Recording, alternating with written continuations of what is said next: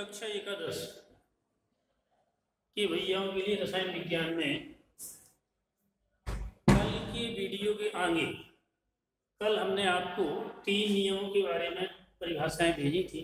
Poly का verge नियम, ओपॉव का नियम, वुंड का नियम। आज हम उनको विस्तृत रूप से समझेंगे। पॉली का वर्ज नियम क्या है?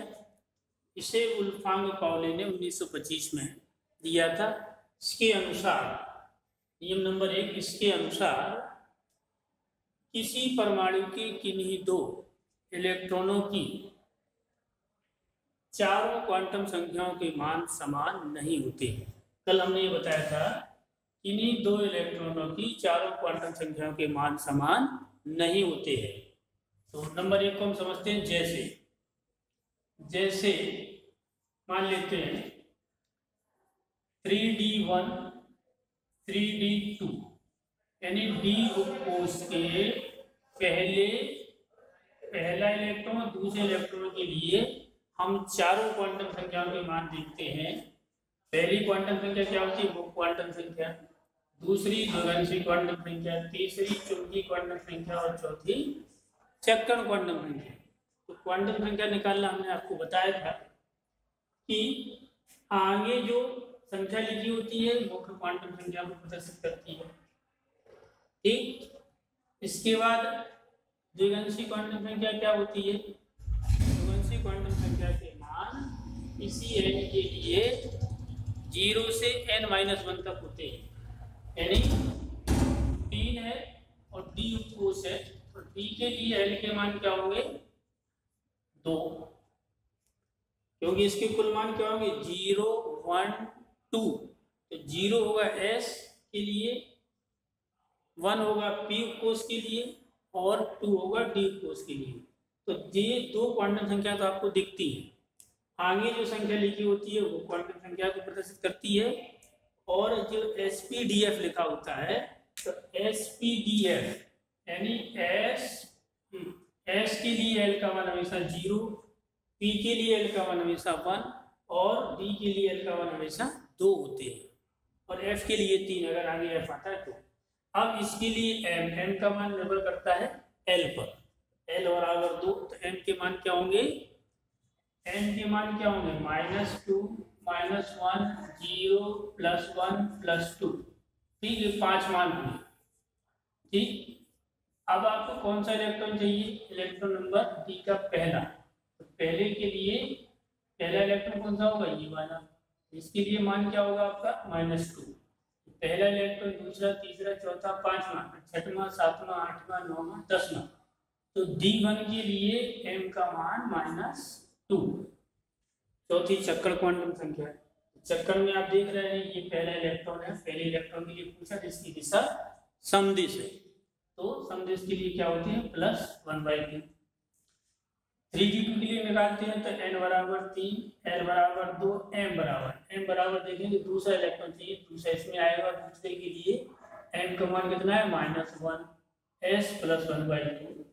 तो अब आपने क्या देखा? 3 क्वांटम संख्याओं के मान समान है लेकिन चौथी क्वांटम संख्या के मान अलग है। तो ये इससे सिद्ध होता है कि पॉली का वर्ज नियम यानी पॉली का नियम। इसे वर्ज नियम क्यों कहते हैं ये अभी हम बताते हैं, तो आप समझ में आए। पॉली के नियम का मतलब क्या था? किसी परमाणु के किन्हीं 2 इलेक्ट्रॉनों की चारों क्वांटम संख्याओं के मान समान नहीं होते हैं।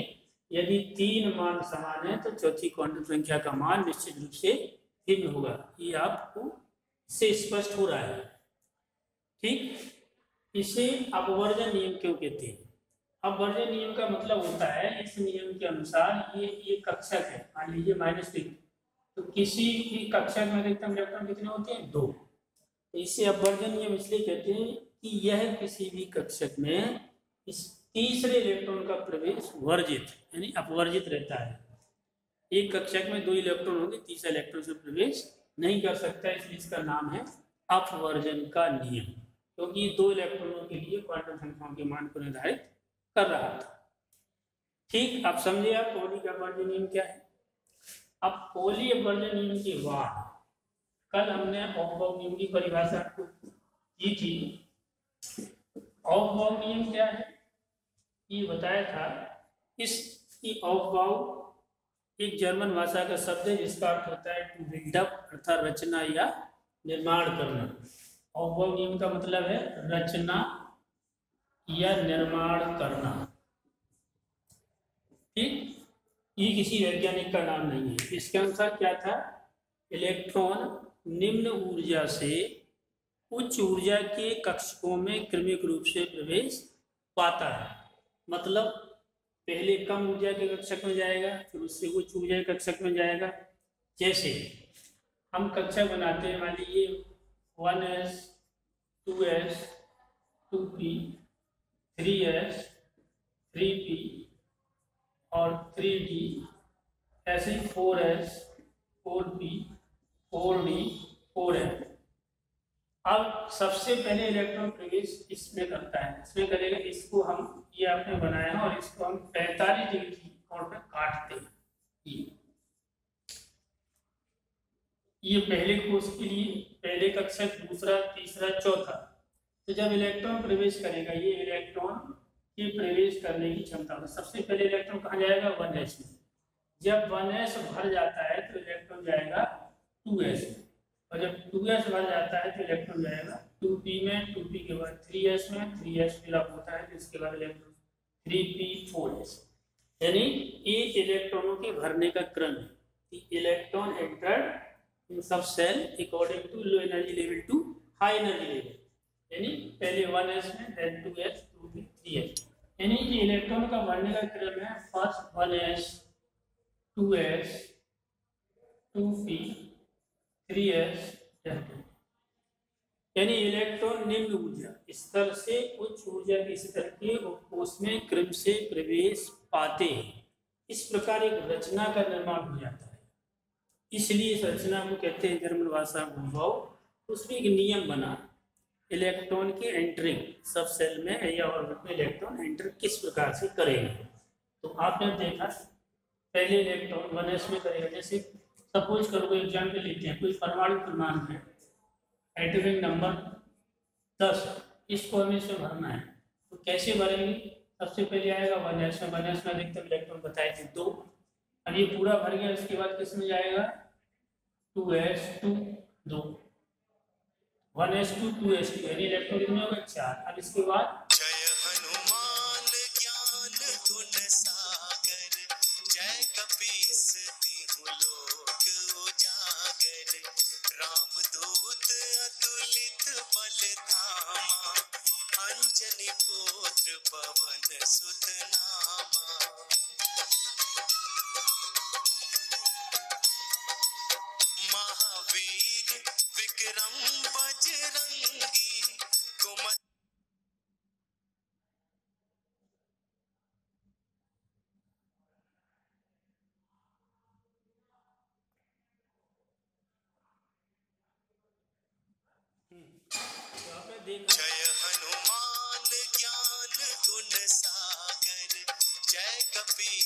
तिहु। देखा आपने क्या हुआ, इसको 10 को हम भरते हैं, 1s 2 2s 2 2p 6। Total electron कितने हो गए 2 2 4 6 10, 2 + 2 + 6। तो इलेक्ट्रॉनों की भरने का क्रम है lower energy level to higher energy level. अब समझ रहे हैं 1s 2। ये ऑफबाउ नियम ठीक से समझ रहे हैं। तीसरा जो होता है वो हुंड का नियम, इसके बारे में हम लोग समझेंगे। हुंड का नियम क्या है, इसे भी 1925 में दिया था, हमने कल बताया था कि हुंड के नियमानुसार, पूरी बात आप समझें, हुंड के नियमानुसार किसी भी कक्षक में इलेक्ट्रॉनों का युग्मन तभी प्रारंभ होता है जब प्रत्येक कक्षक में एक एक इलेक्ट्रॉन पहुंच जाए। मान लीजिए ये डी उसके 5 कक्षक है और डी में कुल इलेक्ट्रॉन 6 है। तो ये पेयरिंग ऑफ इलेक्ट्रॉन के बारे में बताता है। तो 6 को अगर इसमें एंटर करेंगे तो सबसे पहले 1 इसमें पहला इलेक्ट्रॉन आएगा, दूसरा इधर जाएगा, तीसरा इधर जाएगा, चौथा इधर जाएगा, 5वां इधर जाएगा। यानी फर्स्ट अनपेयर्ड, देन पेयर्ड, यानी पहले प्रत्येक कक्षक में अयुग्मित इलेक्ट्रॉन होंगे, इसके बाद इनका युग्मन शुरू हो जाएगा। ठीक, तब से जैसे 6 इलेक्ट्रॉनों को भरना था तो सबसे पहले एक एक इलेक्ट्रॉन गए, अब एक इलेक्ट्रॉन बच गया तो इसकी जोड़ा बनेगा, यानी पहले अयुग्मित अनपेयर्ड देन पेयर। तो ये हुंड का नियम था कि सबसे पहले किसी भी कक्षक में इलेक्ट्रॉनों का युग्मन तभी प्रारंभ होता है जब प्रत्येक कक्षक में एक एक इलेक्ट्रॉन पहुंच जाता है। ठीक, तो कुछ उदाहरण हम आपको, ये तो आपको परिभाषाओं को डिटेल थोड़ा समझाना था कि पॉली का वर्जन नियम, बॉब का नियम, हुंड का नियम, इनको याद रखेंगे, परीक्षा में भी आएगा ये। अब इनसे संबंधित कुछ और जो न्यूमेरिकल पार्ट होते हैं उनको हम नेक्स्ट वीडियो में आपको फिर से दिखाने देंगे। तब तक आप इन नियमों को ठीक से समझेंगे और बुक से कुछ उदाहरण को समझते हुए इनको लगाएंगे, ठीक से याद करेंगे। कल हम फिर नेक्स्ट वीडियो में आपको अन्य चीज़ें बताते हैं। तब तक के लिए धन्यवाद।